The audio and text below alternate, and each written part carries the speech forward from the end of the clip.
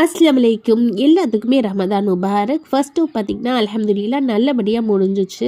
உங்களுக்கெல்லாம் எப்படி ஃபர்ஸ்ட் நோம்பு போச்சுன்னு சொல்லிட்டு மறக்காமல் கமெண்ட்டில் சொல்லுங்கள். இங்கே மேலே அசருக்கு மேலே தான் வந்து கொஞ்சம் குக் பண்ணலான்னு சொல்லிட்டு நான் கிச்சன் பக்கமே வந்தேன். ஏன்னா பசங்க எல்லாமே நோம்புனால அவங்களுக்கு பிடிச்ச மாதிரி சில டிஷ்ஷஸ் மட்டும் கொஞ்சம் செஞ்சுருந்தேன். கொஞ்சம் சிம்பிளான டிஷ்ஷு தான் வந்து அன்றைக்கி நான் செஞ்சுருந்தேன்.